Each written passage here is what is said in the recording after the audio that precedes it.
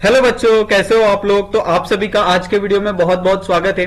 तो जैसे कि हम लोग यहाँ पे अभी एक्सरसाइज डिस्कस कर रहे हैं, तो यहाँ पे हमारा जो एक्सरसाइज है 7th क्लास साइंस का in the world of stars.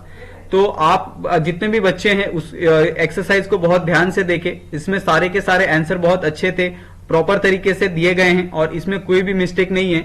तो आप चाहे तो ये सेम टू सेम जो आंसर है आपके एक्सरसाइज में लिख सकते हैं आप। ओके, तो यहाँ पे हम लोग स्टार्ट करते हैं और देखते हैं कि इसके अंदर जो भी क्वेश्चन है उसको हम लोग किस तरीके से डिफाइन करते हैं।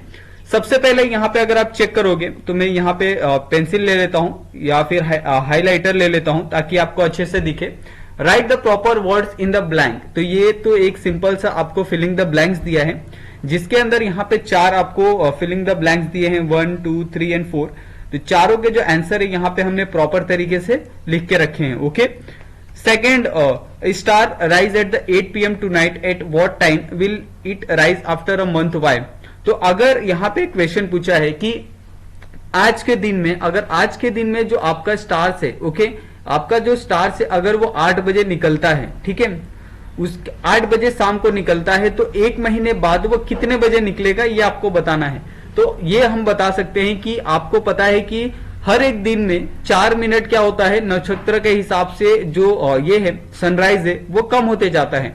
तो अगर 8 बजे 1 महीना पहले निकलता था तो 1 महीना बाद कितना हो जाएगा, और कितना हो जाएगा 1 महीने बाद, 30 into 4। तो 30 into 4 कितना हो गया, 120 मिनट, यानी 120 मिनट इज इक्वल टू 2 घंटा। तो 2 घंटा वो पहले उगेगा यानी 6 बजे उगेगा। ओके, तो ये आप बहुत ही इजी सिंपल सा लॉजिक था, आपको लगाना था। What is the meaning of the sun entering the nakshatra? It is said that is the rainy season the sun enter the मृग नक्षत्र. What does it mean?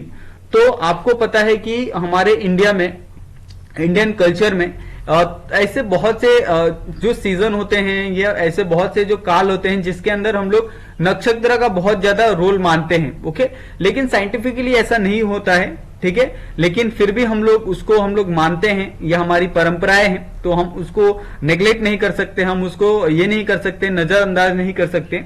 तो हम लोग हर चीज में, जैसे अगर आप देखते हो कि अगर ग्रहण लगता है, ठीक है, तो ग्रहण के टाइम पे आप देखते हो कि फैमिली में खाना नहीं बनता है, उस टाइम कोई ये नहीं करता है, बहुत सारी चीजें क्या होती है उस टाइम रिस्ट्रिक्टेड होती है। तो वैसे ही हम लोग अगर देखते हैं कि रेनी सीजन में क्या होता है कि जो हमारा रेनी सीजन जब आता है तो वो किस नक्षत्र में एंटर करता है, वो है मृग नक्षत्र। तो वो एक्चुअली में क्या मीन करता है, ओके, तो उसकी वजह से क्या होता है कि जो अर्थ का जो पोजीशन है वो चेंज होता है। ओके, उसके बाद appear to the end of observation on the earth as if the sun has move from the position and is entering the new nakshatra. Okay, और इसी तरह से क्या होता है कि जो जैसे जैसे जो अपना पोजीशन है सन चेंज करता है, वो वैसे वैसे क्या होता है अलग अलग नक्षत्र में क्या होता है एंटर करता है। और इसमें क्या होता है कि जो आपका जो सन है, ओके, वो सन क्या हो जाता है उस नक्षत्र के बिहाइंड चला जाता है।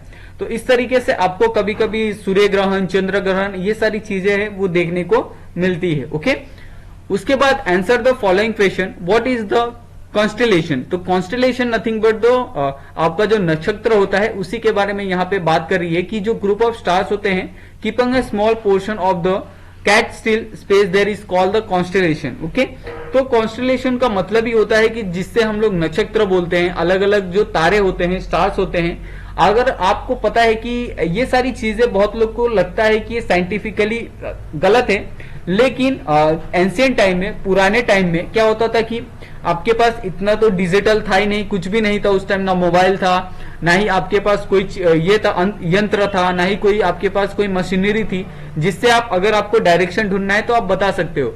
लेकिन उस टाइम के लोगों के पास एक अच्छा सा माइंड था, दिमाग था, जिससे वो ऐसी ऐसी चीजों के बारे में सोचते थे जो आज के टाइम पे बहुत से लोग नहीं सोच पाते हैं। ठीक है, आप देख लो कि पहले की जो इंजीनियरिंग थी और आज की इंजीनियरिंग में आप कंपेयर करोगे तो आप पहले की इंजीनियरिंग के बारे में सोचोगे कि ये लोग ने ये सारी चीजें कैसे बनाई है। ओके, और आज के टाइम में वो सारी चीजें आप देखते हो कि कितना उसको टाइम लगता है। अगर एक छोटा सा अगर हमें हाईवे बनाना है, छोटा सा अगर टेम्पल बनाना है तो उसके अंदर कितना ज्यादा टाइम लगता है, around 4 to 5 years, 6 years, 7 years तक चले जाता है।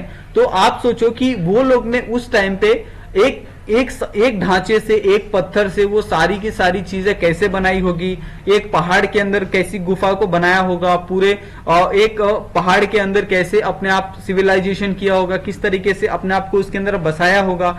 तो ये सारी चीजें आप सोचो, तो ये सारी चीजें भी हम लोग अभी के टाइम पे हम लोग सोचते हैं। उसी तरह से जो तारे हैं, तारों का जो रोल था पहले, कि उससे जितने भी लोग थे वो क्या करते थे, दिशा का अंदाजा लगाते थे, यानी नॉर्थ किस साइड है, साउथ किस साइड है, वेस्ट ईस्ट किस साइड है।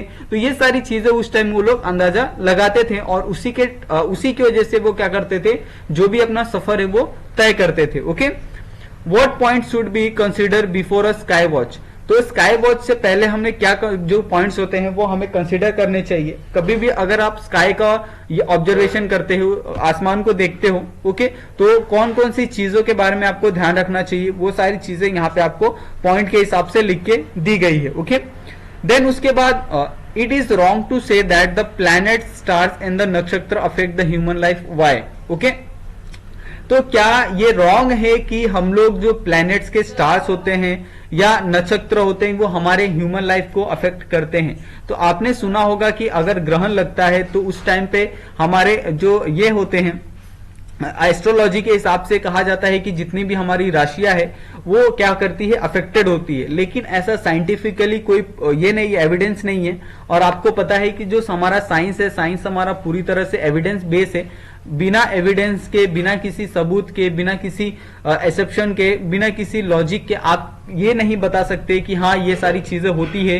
तो इसी तरीके से साइंस भी इसको नहीं मानता है। फिर भी एस्ट्रोलॉजी के हिसाब से, हमारे पुराने कल्चर के हिसाब से हम लोग इसको आज भी मानते हैं और मे भी इसको हमेशा मानते रहेंगे। तो ये इसके लिए हम लोग कुछ नहीं कर सकते। ठीक है, उसके बाद नेक्स्ट क्वेश्चन देखो, right a paragraph on the birth and the life cycle of the star using the figure. Okay, तो आपको ऑलरेडी एक फिगर दिया है, आपको उस फिगर के हिसाब से आपको यह बताना है कि जो स्टार का जन्म कब हुआ था, उसका लाइफ साइकिल कैसा था। ओके, वो सारी चीजें यहाँ पे ऑलरेडी हमने जो आपका जो फिगर था उसके हिसाब से यहाँ पे आपको लिख के दी है। ओके, तो इस तरीके से यहाँ पे जो जितने भी क्वेश्चन है वो सारे क्वेश्चन यहाँ पे हमने कवर किए हैं। ओके, फिर भी अगर आपको कोई डाउट लगता है, आपको कुछ पूछना है तो आप हमें पूछ सकते हो। हमारे टेलीग्राम का भी ग्रुप है, वहां पे भी जाके आप क्वेश्चन कर सकते हो। ओके, और आगे के क्लास के जो वीडियोस है वो भी आपको इस चैनल पे मिल जाते हैं, तो आप प्लीज हमारे चैनल को सब्सक्राइब कर लो। ओके, और वीडियो को भी लाइक कर लो। तो थैंक यू सो मच, मिलते हैं हम लोग नेक्स्ट वीडियो में।